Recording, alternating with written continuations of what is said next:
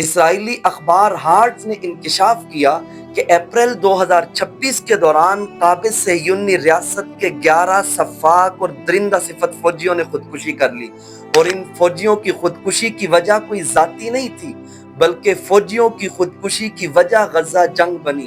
اسرائیلی اخبار نے اس بات کو بھی تسلیم کیا کہ غزہ جنگ نے ان فوجیوں کی مینٹل ہیلتھ کو متاثر کیا، اور ترک نیوز ایجنسی اناضول نے اس بات کا انکشاف کیا کہ یہ وہ 11 درندہ صفت فوجی تھے جنہوں نے ننھے بچوں کے جسموں کو گولیوں سے چھلنی کیا، جنہوں نے عورتوں کو بے دردی سے قتل کیا، جنہوں نے غزہ کے باسیوں پر قیامت برپا کر دی۔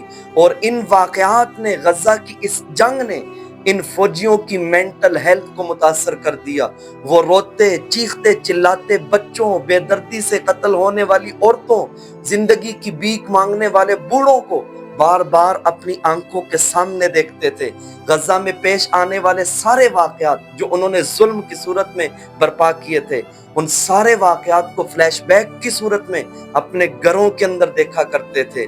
رات کو جب سوتے تھے تو ڈراؤنے خواب آتے تھے جو غزہ کی دھرتی پر انہوں نے ظلم برپا کیا۔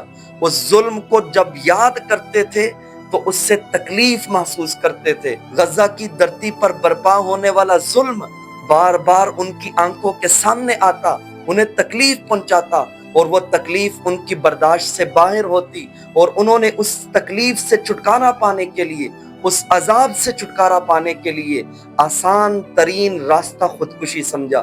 سوچیں ان درندہ صفت فوجیوں نے غزہ کی دھرتی پر کیسا ظلم اور بربریت برپا کی ہوگی کہ جب وہ خود اپنے ظلم کے بارے میں سوچتے تھے، یاد آتا تھا تو ان کی برداشت سے باہر ہوتا تھا۔ آئیں غزہ کے مظلوم مسلمانوں کی آواز بنیں اور دنیا سے مطالبہ کریں کہ قابض صہیونی ریاست جو غزہ کی دھرتی پر ظلم برپا کر رہی ہے، اس ظلم کو اب تھمنا چاہیے۔ سیز فائر کروانے والے ممالک کو اب آگے بڑھنا ہوگا اور اسرائیل کے ہاتھوں کو روکنا ہوگا۔ فلسطینیوں کی حفاظت کرنے کے لیے اقدامات کرنا ہوگے، ورنہ تاریخ مسلمان ممالک کو اور پوری دنیا کو کبھی اچھے الفاظ سے یاد نہیں کرے گی۔